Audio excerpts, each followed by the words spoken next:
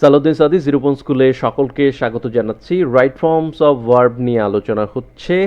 প্রথম পর্ব শেষ করেছি, আজকে দ্বিতীয় পর্ব।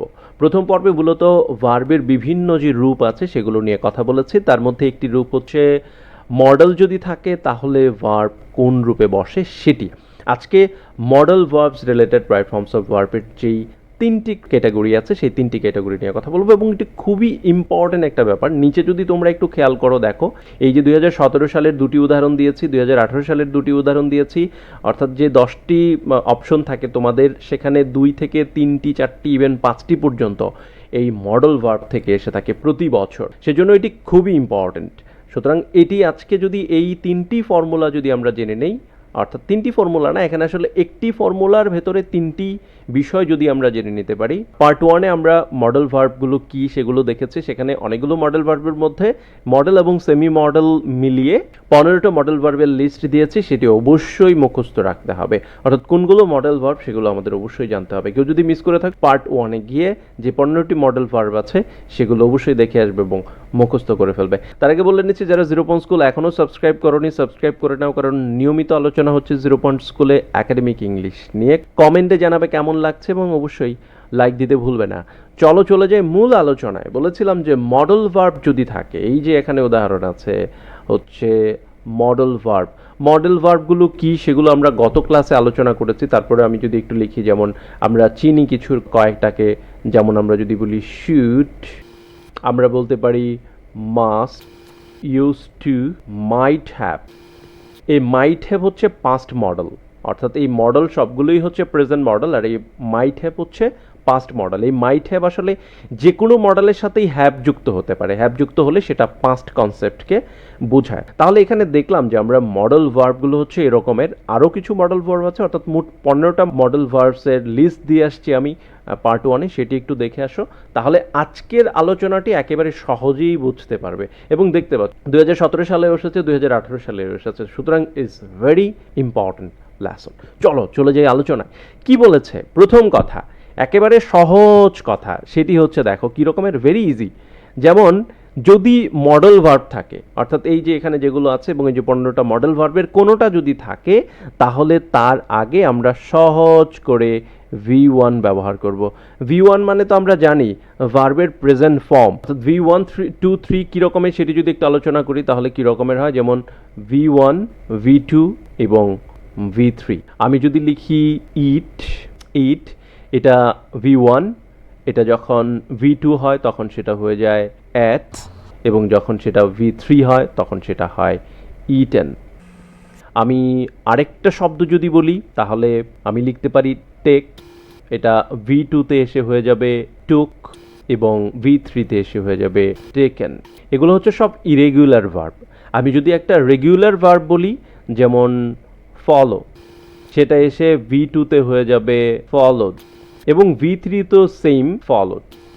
আমি একটু লাইন টেনে দেই, কারণ আমার ভার্ব মডেল ভার্বটা মিশে যাচ্ছে। এই হচ্ছে, ওরা হচ্ছে মডেল।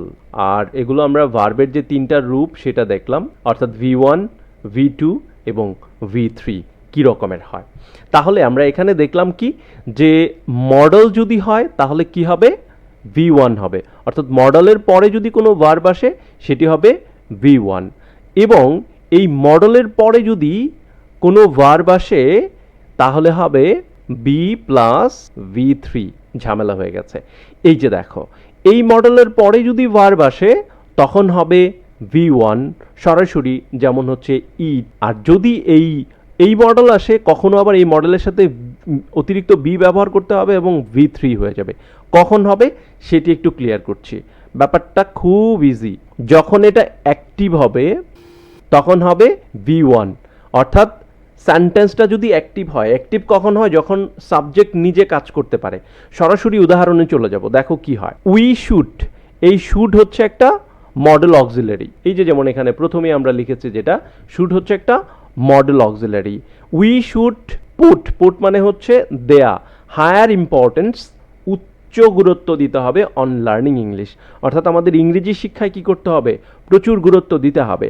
এখন ব্যাপারটা হচ্ছে, এই যে ভার্ব হচ্ছে পুট, পুট এর পাস্ট ফর্মও যা আছে তাই, বাট আমাদের বিষয়টা দেখতে হবে সাবজেক্টটা যে আছে, অর্থাৎ উই কি গুরুত্ব দেওয়ার কাজটা করতে পারে কিনা, অর্থাৎ এই যে উই আছে সে গুরুত্ব দিতে পারে কিনা, নিজেই কাজটা করে কিনা। আমরা খুব সহজেই বুঝতে পারছি যে আমরাই তো আসলে ইংরেজি শিক্ষার উপর গুরুত্ব দেব, অন্য কিছু তো আর ইংরেজি শিক্ষার উপর গুরুত্ব দেব না, আমরা দেব। তাহলে আমরা এই গুরুত্ব দেওয়ার কাজটা করতে পারি, যেহেতু করতে পারি তাহলে এই যে সেন্টেন্সটা, এই সেন্টেন্সটা একটা অ্যাক্টিভ সেন্টেন্স। যখন অ্যাক্টিভ সেন্টেন্স তখন এখানে যে ভার্বটা আসবে সেটি বেস ফর্ম অর্থাৎ V1 হবে। তাহলে পুট কি হবে, পুটই থাকবে, এটা চেঞ্জ হবে না। এখানে যদি ইট থাকতো তাহলে ইট হতো, এট অথবা ইটেন হতো না। আর এখানে দেখো এই সাবসিডিস মাস্ট হচ্ছে মডেল অক্সিলারি। এই যে দেখো এখানে আমরা দিয়ে এসেছি যে একটা মডেল অক্সিলারি। তাহলে মডেল ভার্ব আসলে আমরা জানি V1 হয়, কিন্তু এই জায়গাটায় V1 যদি দেই তাহলে সেটা রং হবে। কেন রং হবে আমি বলি। এই যে subsidies must give in the educational sector, educational সেক্টরে কি করতে হবে, সাবসিডিস দিতে হবে। তোমরা এখন বলতে পারো যে স্যার সাবসিডিস বাংলা কি, সাবসিডিজের বাংলা হচ্ছে ভর্তুকি। এখন আবার বলতে পারো স্যার ভর্তুকি কি, ভর্তুকিটা হচ্ছে এরকমের যে আমরা প্রতি বছর আমরা দেখি না জানুয়ারিতে বিনামূল্যে স্কুল পর্যায়ে বই বিতরণ উৎসব হয়, অর্থাৎ বই উৎসব হয়। সরকার কি করে, বিনামূল্যে বইগুলো দেয়, কিন্তু এই বইগুলো তো বিনামূল্যে আসে না, এই বইগুলোকে সরকার কিনতে হয়। এই যে কেনার যে খরচ সেটি যে সরকার দেয় এবং এটি যাদেরকে দেওয়া হয় তাদের কাছ থেকে কোনো টাকা নেওয়া হয় না, তাহলে এখানে কোনো আয় হয় না, শুধু খরচ হয়। এই সরকার যে এই টাকাটা দেয় এটার নামই হচ্ছে ভর্তুকি।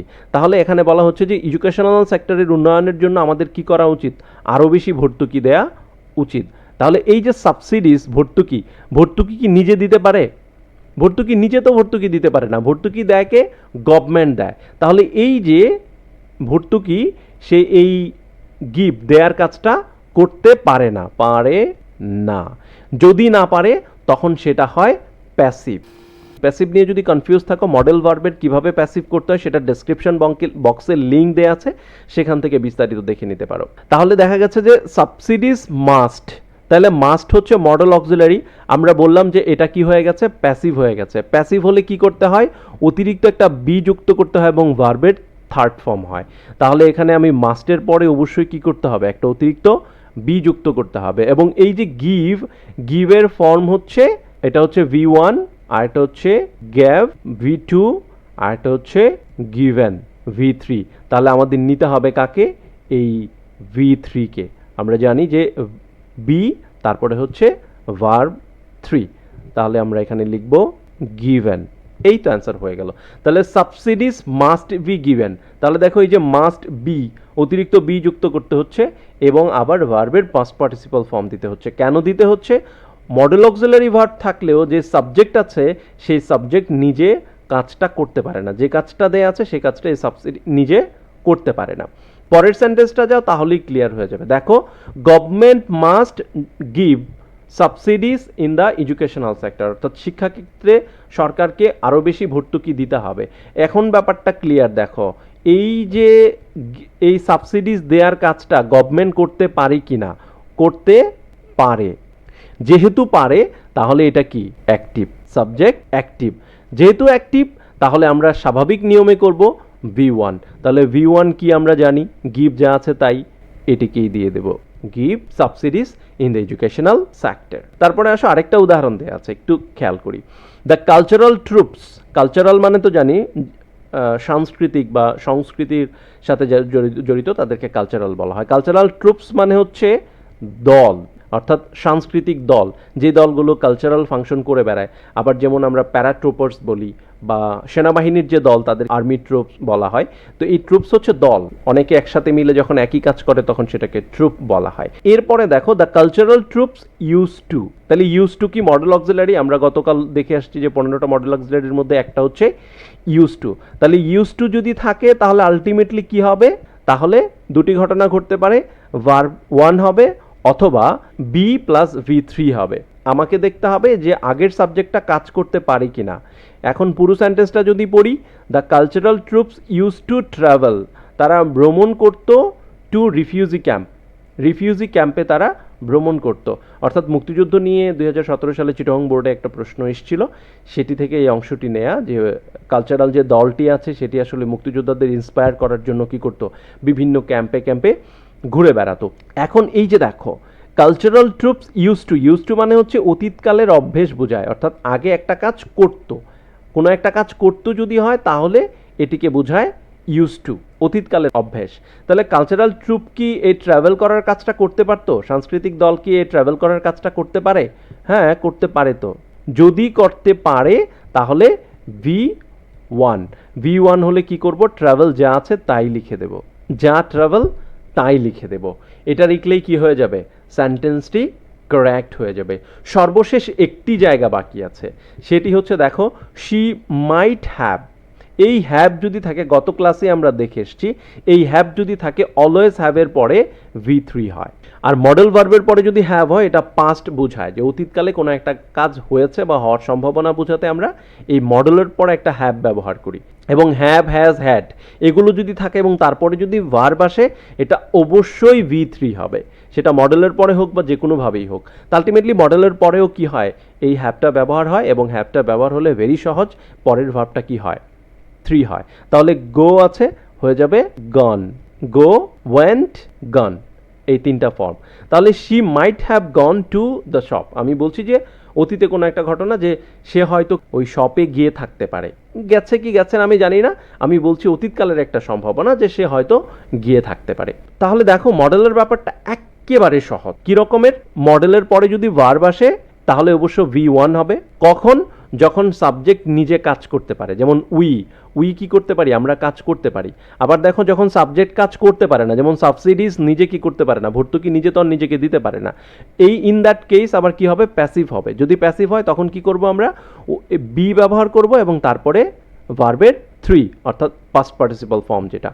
সর্বশেষ যেটি আছে, মডেল ভার্ব থাকবে, তারপরে যদি হ্যাভ থাকে, শুধু হ্যাভই থাকবে, অন্য কিছু থাকবে না, হ্যাজ বা হ্যাড ব্যবহার করা যাবে না। মডেলের পরে হ্যাভ আসবে, হ্যাভের পরে ভার্বের 3, এটা সারা জীবনের জন্য সত্য। এই তিনটি জিনিস যদি মাথায় রাখো, তাহলে এই যে মডেল থেকে যে দুটি অপশন আসে, এই দুটি অপশন অর্থাৎ 1 নম্বর তোমার জন্য সুনিশ্চিত। আশা করছি এই ক্লাসের পরে মডেল ভার্ব নিয়ে অ্যাটলিস্ট তোমাদের আর কোনো রকমের সমস্যা থাকবে না। ধন্যবাদ সবাইকে।